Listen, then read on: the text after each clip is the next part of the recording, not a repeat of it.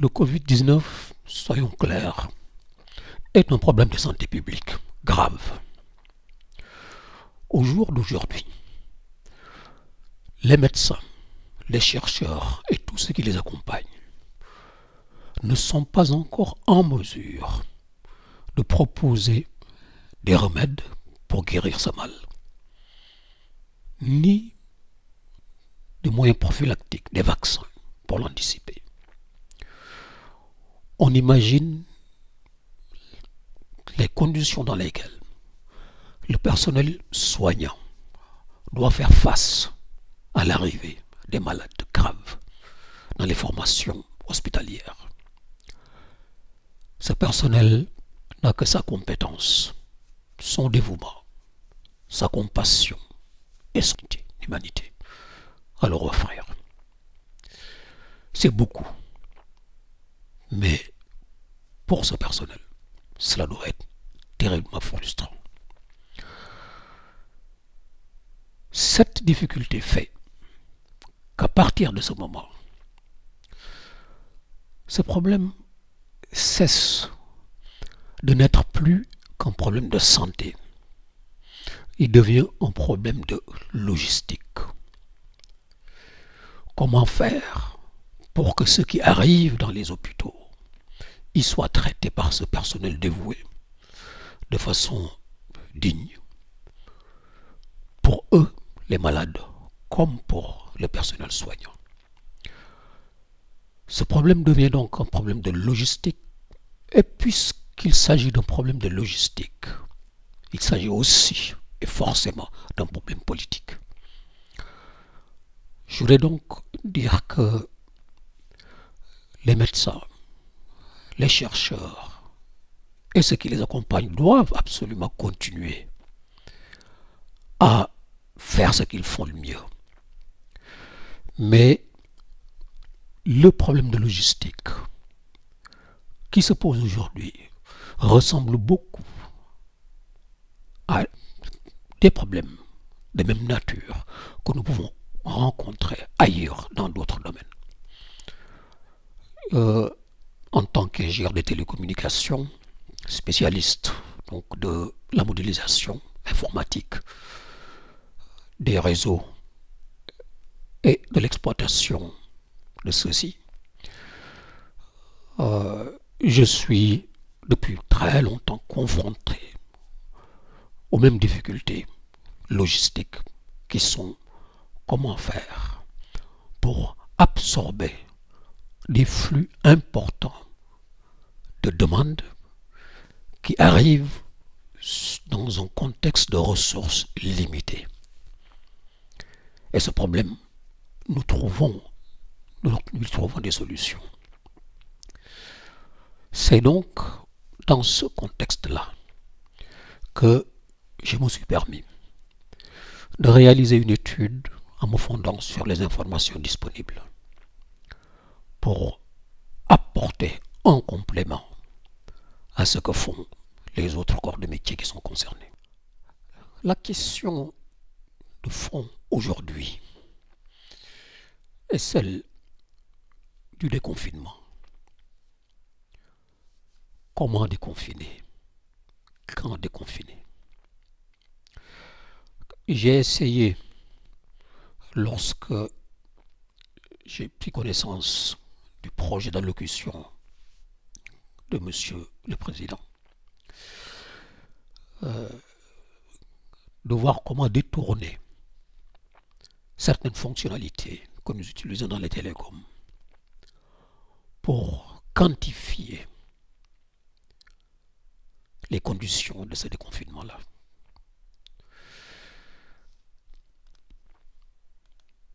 Alors, bien entendu, nous ne pouvons que nous fonder sur les données qui sont disponibles. Nous ne participons pas au comité scientifique qui travaille à juste titre, donc sur les aspects statistiques certes, mais médicaux et autres. Mais nous recevons beaucoup d'informations de la presse. On est au moins sûr aujourd'hui d'une chose, c'est que, étant donné qu'il n'y a ni vaccin, ni remède. L'immunité collective est en réalité la solution ultime, celle sans laquelle le problème sera un éternel recommencement. Il faut donc y arriver. Il est difficile pour les politiques de le dire, mais ils le disent sans le dire. Ils ne peuvent pas le dire, il faut être honnête. Mais d'autres doivent pouvoir dire les choses telles qu'elles sont et apporter une objectivité totale donc à ce domaine-là. Aujourd'hui, il y a en France à peu près 14% d'immunité grâce, certainement d'ailleurs, aux mesures de confinement et la façon dont cette politique a été conduite.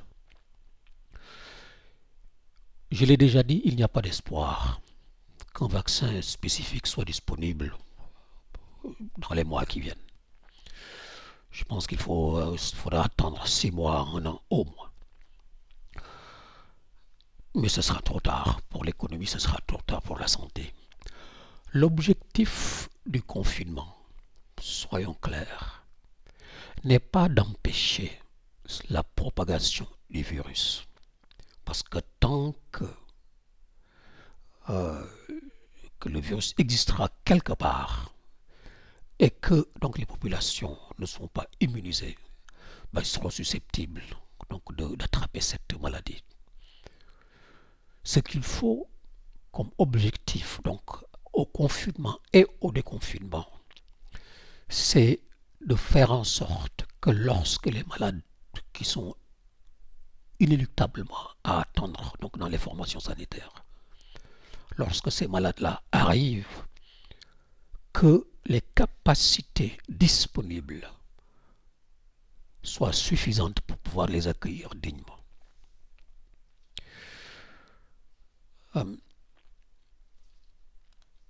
Alors, en France, nous disposons d'environ 7000 lits, après avoir poussé les murs dans les formations hospitalières habilitées.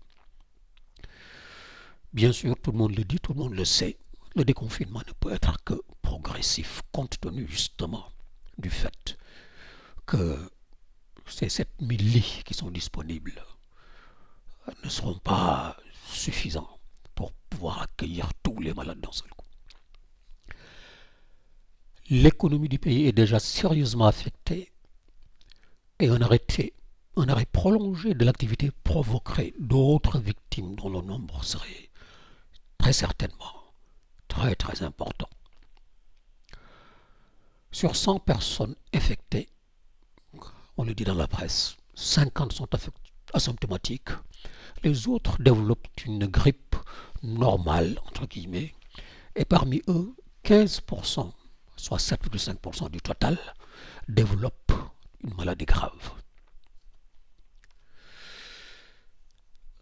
Je voudrais donc qu'on se focalise pour être efficace sur les facteurs clés.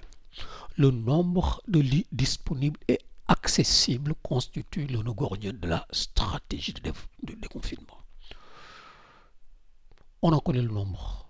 On sait qu'il est insuffisant, mais il ne faut pas exclure la possibilité d'en créer d'autres à la chinoise dans un délai très court. Nous voilà donc être obligés d'inventer en pleine crise une prophylaxie sans vaccin susceptible d'accroître rapidement le degré d'immunité en minimisant le nombre de cas graves. La segmentation de la population doit tenir compte du critère d'âge, à cause de la forte corrélation qu'il y a entre l'âge et la probabilité de porter des comorbidités qui sont autant de facteurs aggravants. Voici la démarche que l'on pourrait suggérer. Premièrement, renforcer le confinement des plus de 62 ans. Je suis très à l'aise, je suis moi-même confiné et je fais partie de cette population. Et je m'en accommode. C'est important.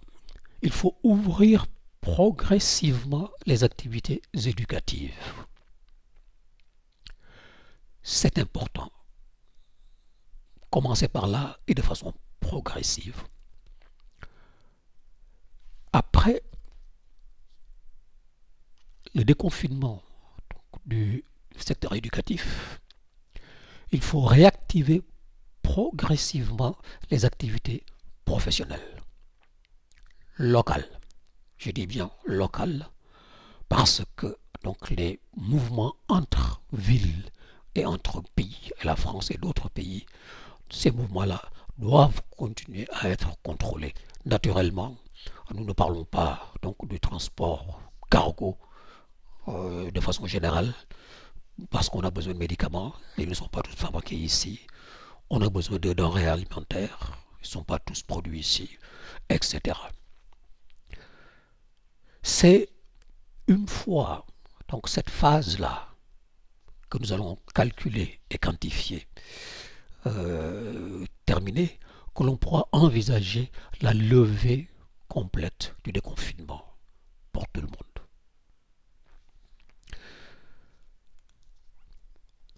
Dans le secteur des télécommunications, comme j'ai déjà eu l'occasion de le dire, nous faisons tout le temps face donc à ce genre de problème. Lorsque vos opérateurs investissent dans le réseau, dans les équipements, les nœuds et les mailles de ce réseau, ils le font en pensant, en planifiant donc un certain niveau d'utilisation, de trafic, comme nous l'appelons.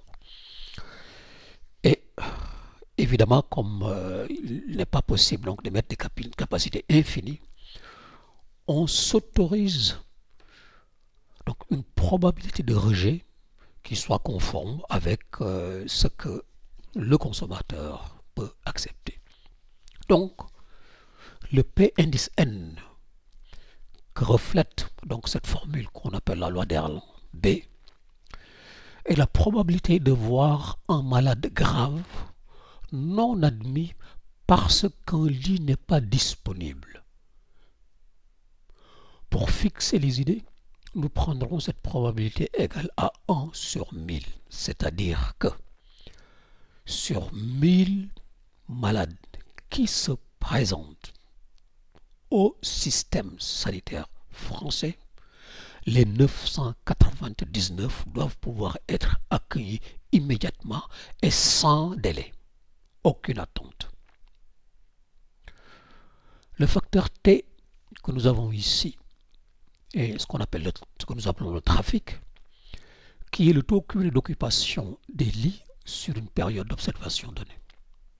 Donc, la formule se lit T à la puissance N divisé par factoriel N divisé par sigma D K allant de N 0 à N pour T puissance K sur factoriel K. Bon, c'est connu, je ne l'ai pas inventé. Alors, donc, si nous reprenons la stratégie ou les scénarios qui ont été proposés, donc on revient simplement, donc on essaie ici d'expliquer pourquoi. Évidemment, la prévalence des comorbidités, donc chez les personnes qui ont 62 ans et plus, est très importante. On sait que pratiquement l'essentiel des décès, je vais y revenir par la suite, l'essentiel des décès dus au coronavirus se situe donc dans ces classes d'âge. Le fait de rouvrir progressivement les activités éducatives, qui représentent, on aura environ 35% de la population, c'est-à-dire les 30% en fait, c'est plutôt donc la classe d'âge des 0-30 ans, avec une probabilité de comorbidité très faible. Mais ils ne seront pas tout seuls, parce qu'il faut bien qu'ils soient transportés, il faut bien qu'il y ait des professeurs, il faut que aussi une partie du monde du travail soit déconfinée en même temps. Déconfiner progressivement les travailleurs relevant des métiers non éligibles au télétravail. Je pense que tant qu'on a la possibilité donc de faire du télétravail, c'est mon cas, il faut continuer à rester confiné. même si la situation s'améliore. Mais ce qui est constant dans tout cela, ce qui est constant, c'est que donc il nous faut viser l'objectif d'immunité collective de 60%, mais en tenant absolument compte du nombre de lits disponibles. Ce problème de logistique-là est le problème fondamental et toutes les décisions politiques ne peuvent être prises que si elles tiennent compte de cela. L'État ne pourra s'exprimer de façon claire et précise qu'à partir du moment où on acceptera que tant qu'on n'aura pas les moyens de faire face donc, à la maladie par la vaccination ou par donc, les médicaments donc, pour soigner, il faudra gérer la logistique, gérer donc, le déconfinement pour que donc, le nombre de décès soit minimum et que ceux qui vont à l'hôpital y soient traités donc, de façon digne.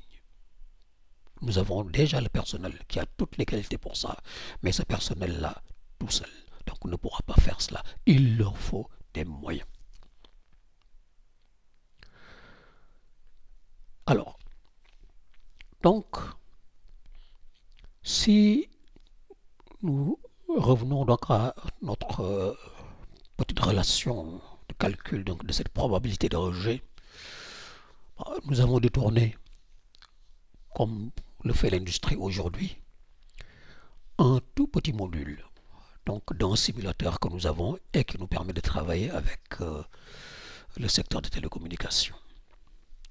Les 7000 lits de la France lui permettent de gérer un trafic de 6851 Néerlandais.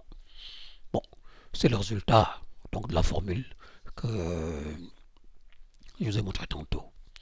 Cela veut dire que, sachant qu'un lit est occupé pendant 3 semaines en moyenne, le pays est capable, en mutualisant toutes les ressources, c'est-à-dire une logistique parfaite de transport de malades d'une zone hospitalière à une autre, donc de gérer correctement jusqu'à 325 nouveaux malades graves par jour sans saturer le système sanitaire.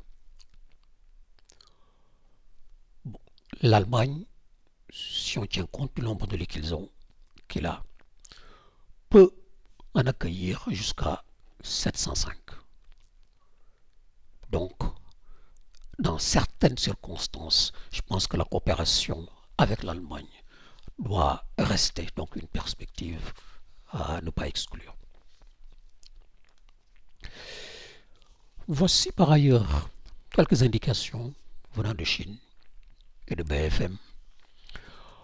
On peut, sous toute réserve, si on voit la façon dont le pourcentage des contaminés se répartit aux différentes classes d'âge, mais aussi le pourcentage des décès,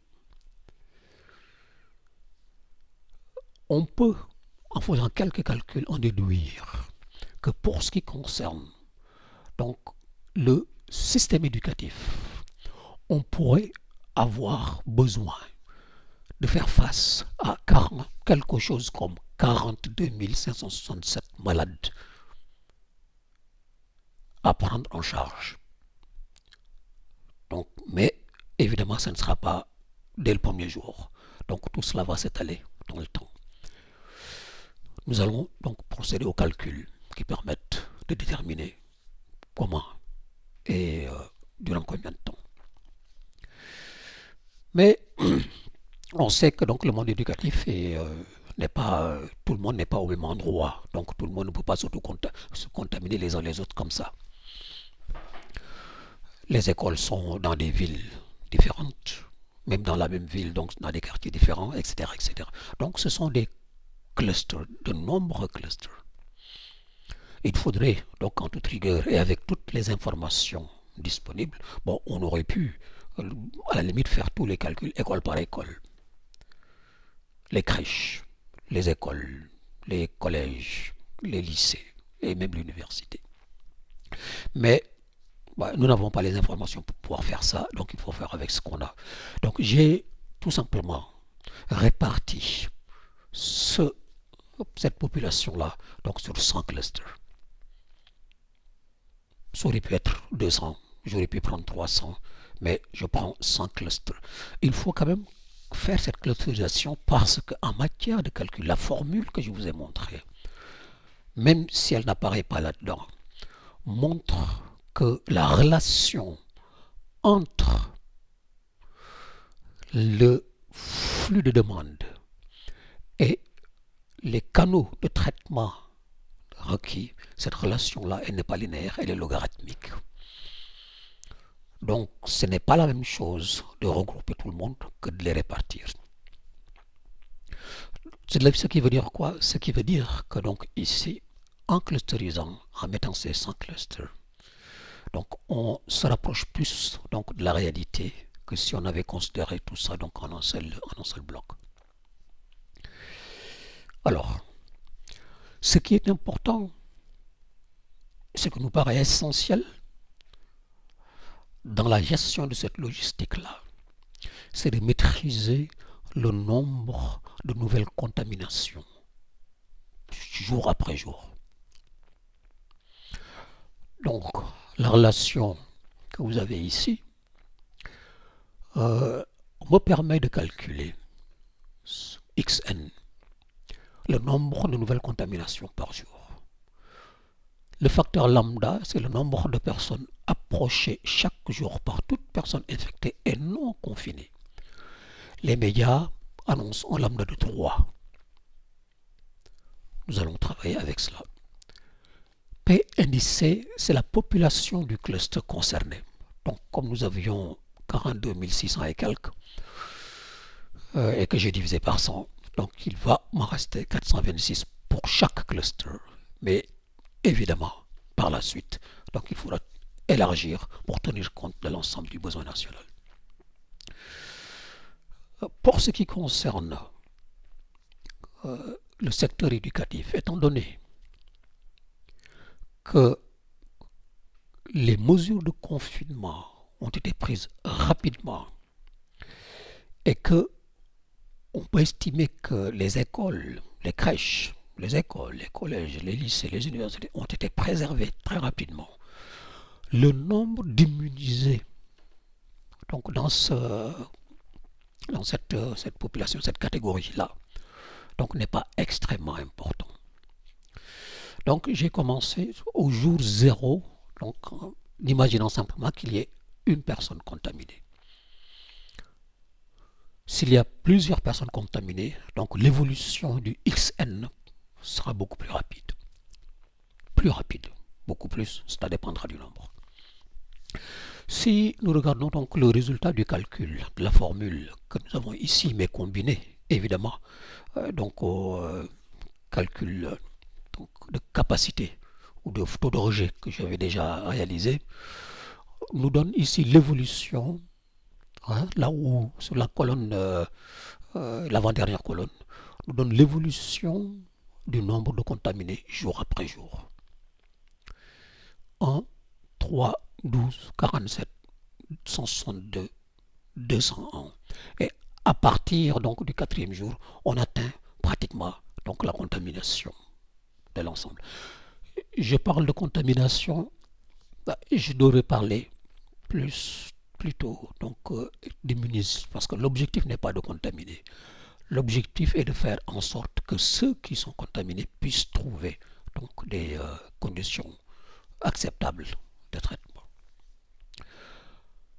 Alors, si tous les 100 clusters sont déconfinés en même temps, il faudrait multiplier donc les chiffres de contamination par 100 pour retrouver donc les valeurs nationales.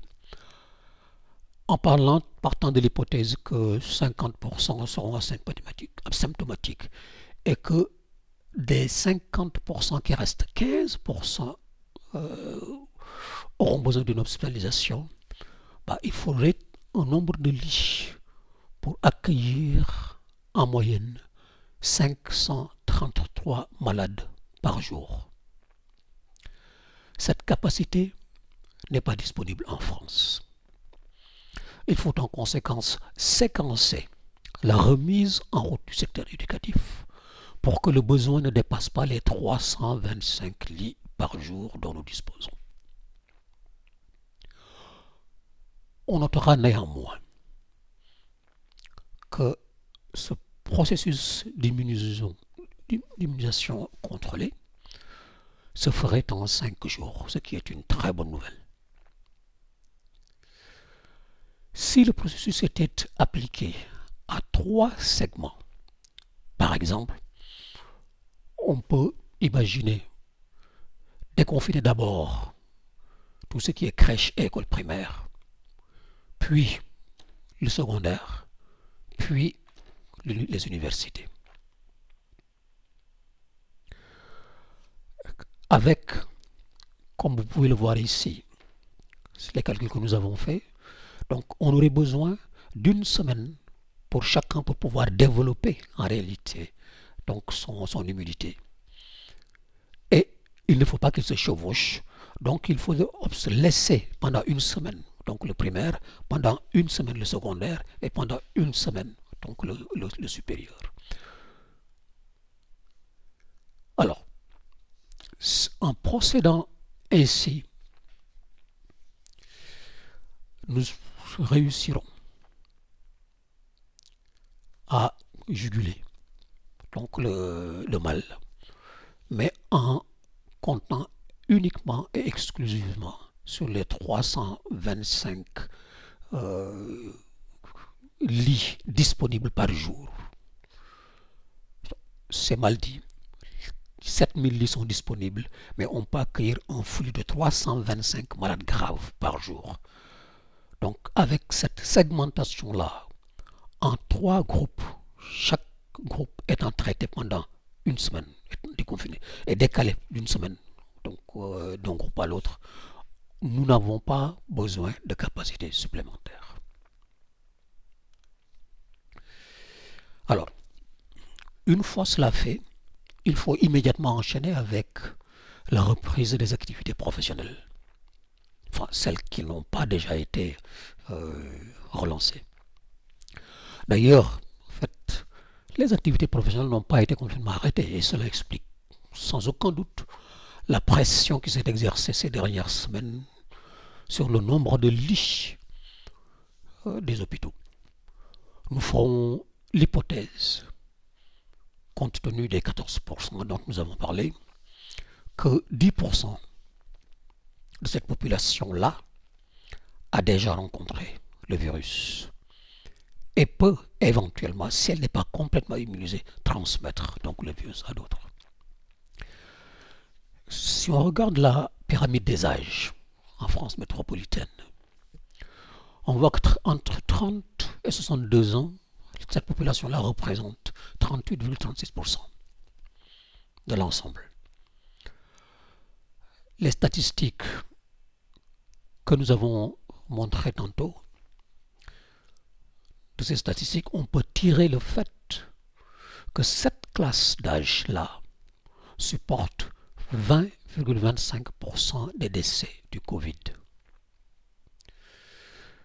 En procédant à quelques calculs, donc on verra que cela représente environ 201 667 personnes susceptibles d'être hospitalisées, mais dont la moitié est déjà immunisée. Il faut donc des scénarios de déconfinement du monde du travail.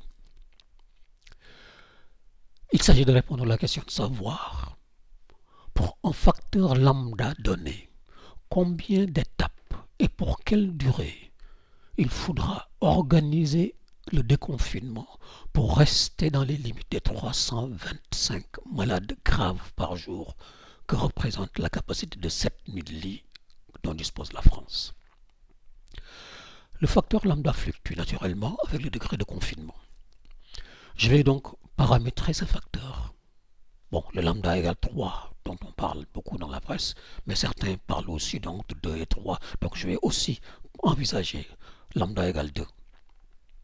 Et sur cette base, déterminer le nombre d'étapes et la durée qu'il faut pour ne pas avoir plus que 325 malades graves par jour durant la période de confinement du monde du travail. Si on envisage donc avec ce lambda égale 3 un déconfinement en une seule étape, c'est-à-dire qu'on libère tout le monde, il faudrait pratiquement donc dès le premier jour mobiliser 7563 lits. Impossible. Nous ne les avons pas. Et donc il faut exclure évidemment cette éventualité. Maintenant, si toujours en restant à lambda égale 3, un déconfinement en 4 étapes. Bon, j'ai simulé une étape, donc j'ai déjà dit 2, 3, mais je passe directement à 4 parce que 3 ce n'est pas possible, enfin sauf sous certaines conditions. Je vais y revenir. Donc, en déconfinant le monde du travail en 4 étapes, il est possible, compte tenu de ce que vous voyez donc, les résultats des calculs que vous voyez ici, il est possible, effectivement, de maintenir donc, les capacités disponibles. Vous voyez que, donc, si nous regardons en fait, la moyenne ici, donc des 313, est faite sur les 6 premiers jours. Et vous voyez que donc en fait les 9 plus en plus 2, les 12 qui restent, sur les 3, ils ne sont pas critiques parce que donc ils rentrent bien dans les 325. Donc on peut en l'espace de 4 semaines, donc en déconfinant en 4 semaines le monde du travail, on peut avoir des conditions d'accueil dignes pour aussi bien pour le personnel sanitaire que pour les malades qui sont concernés.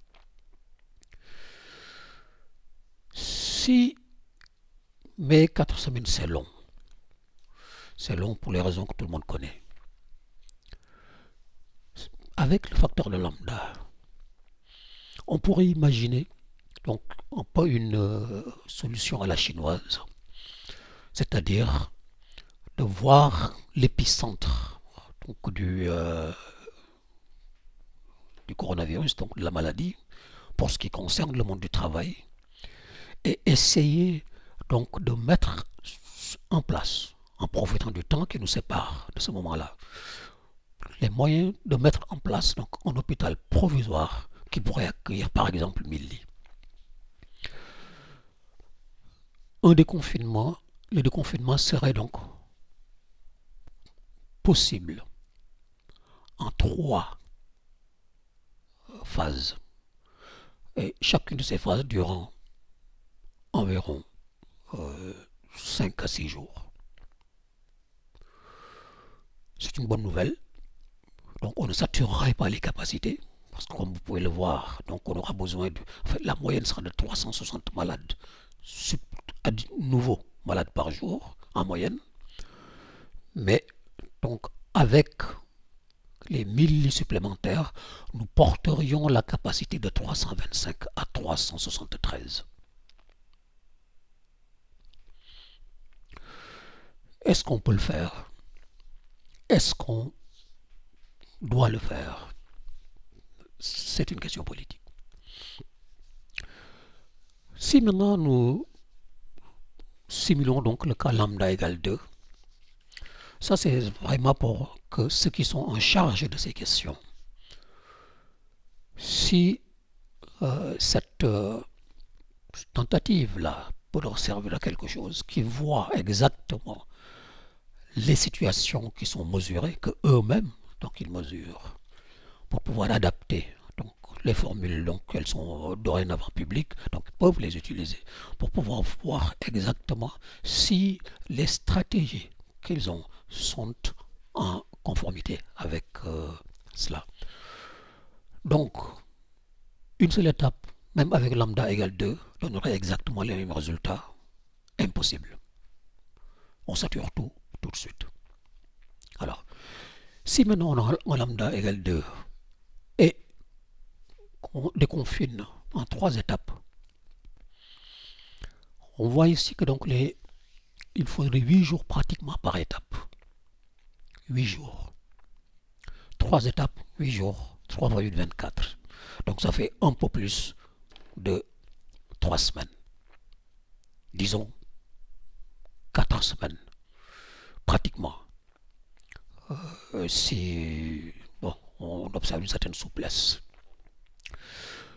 Mais dans ces conditions-là, en fait, un hôpital de 1000 lits ne permettrait pas de faire gagner une semaine supplémentaire. Donc, il ne faudrait pas le faire. Autrement dit, s'il y avait une décision à prendre, les spécialistes et les statisticiens qui travaillent sur ces questions-là doivent aujourd'hui, compte tenu des données collectées en France, pas en Chine, mais en France, pouvoir dire quel est donc le facteur lambda aujourd'hui. Autrement dit, quel est le nombre moyen de personnes contaminées par quelqu'un qui sort dans la rue et qui est porteur du virus. Évidemment, tout ça reste donc des mathématiques, des projections, des statistiques. Ce qui est important, c'est qu'il y a des mesures d'accompagnement importantes qu'il faut continuer donc à observer. Les déconfinés doivent appliquer des mesures barrières plus strictes dans les transports en commun, y compris le port du masque et un isolement maximal à domicile pendant au moins 10 jours.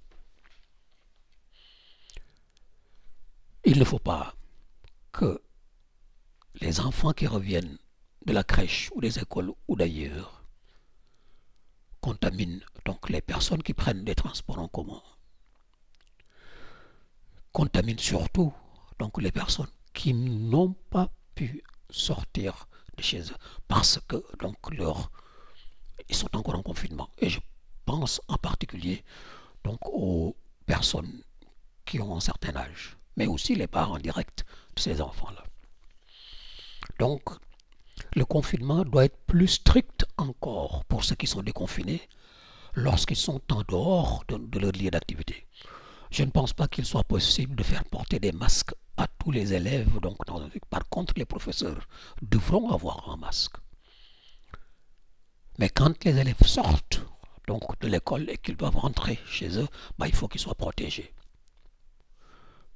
Depuis l'école, donc jusqu'à chez eux, et même chez eux, il faut qu'ils continuent à être, je ne voudrais pas utiliser le mot isolé, mais c'est le terme, pour être honnête, il faudrait simplement que tous ceux qui le peuvent,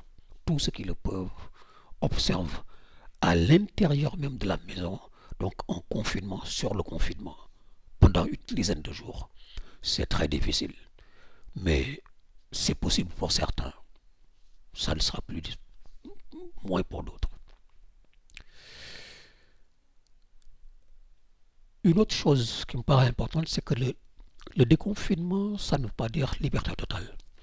Non, ça doit être pour partir de la maison, aller à son lieu d'activité et revenir. Ça doit s'arrêter à ça. Il y a maintenant donc des lieux de socialisation qui sont très importants dans la vie de tout le monde. Des cafés, des restaurants, des bars ou que sais-je. Bon, on ne peut pas les fermer éternellement. Évidemment, là, le respect des distances, il sera beaucoup plus difficile.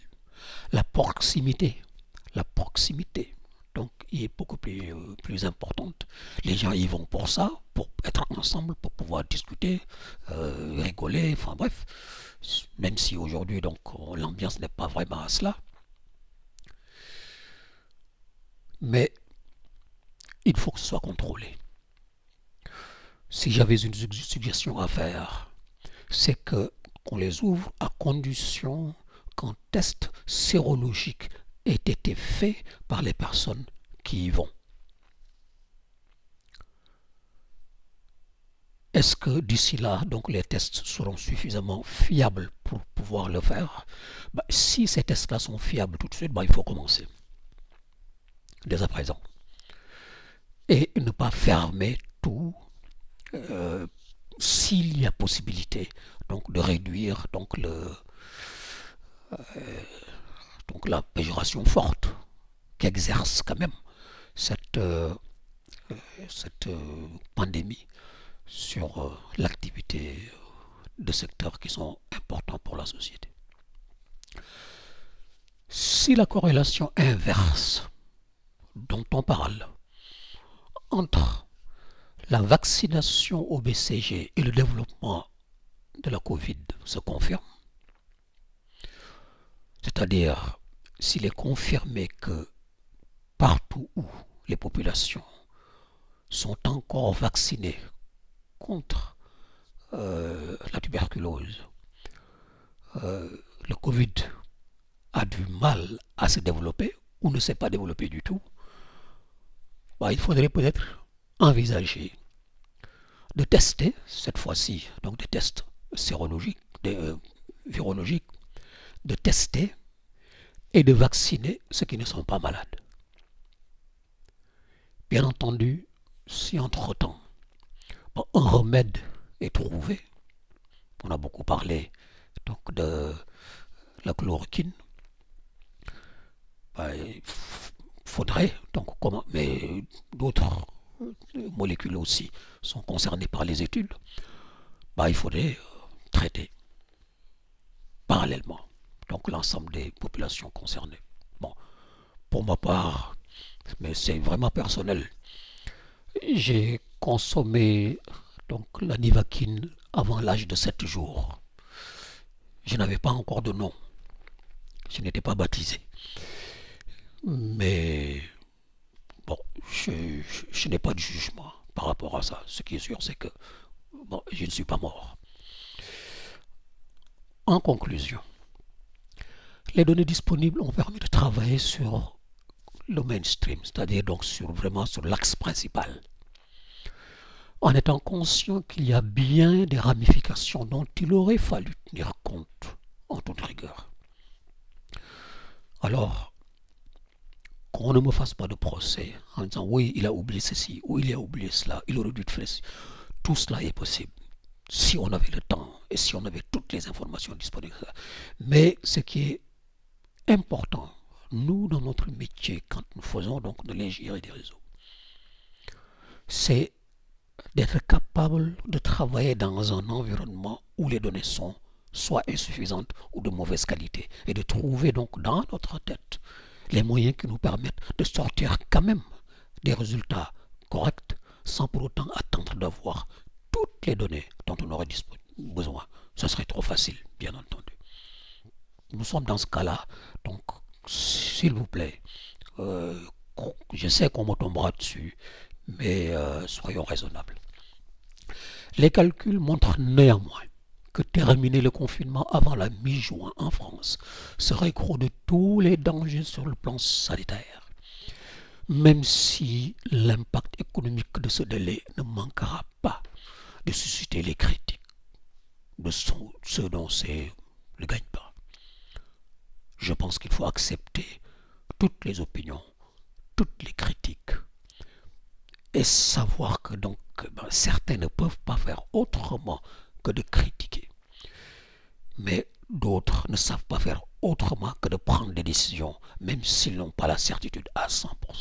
Donc chacun est dans son rôle, mais qu'on se tolère et qu'on avance simplement ensemble. Voilà, donc le simulateur que j'ai détourné, quelque chose que j'ai conçu, donc pour accompagner aujourd'hui le secteur des télécommunications, notamment donc compte tenu de l'arrivée forte et massive et très impactante du numérique dans les réseaux de télécommunications. Vous en avez constaté donc les bénéfices aujourd'hui, donc avec les capacités de télétravail que nous avons, mais il n'y a pas que des bénéfices, croyez-moi, et nous aurons l'occasion certainement d'en parler en d'autres circonstances. Je vous remercie.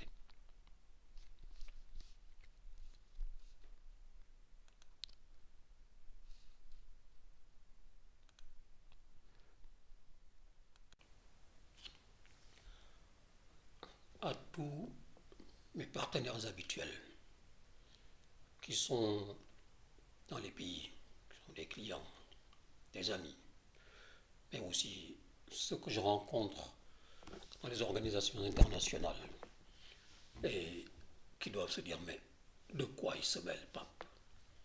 Je dis simplement que les mathématiques n'ont pas de frontières et que chaque fois qu'il est possible, donc avec ce qu'on sait, aussi peu soit-il, donc d'apporter une contribution quelque part, à quelque cause que ce soit, chacun d'entre nous doit puiser au fond de lui-même pour voir ce qu'il peut faire et ne pas attendre simplement que la solution vienne des autres. Je vous remercie.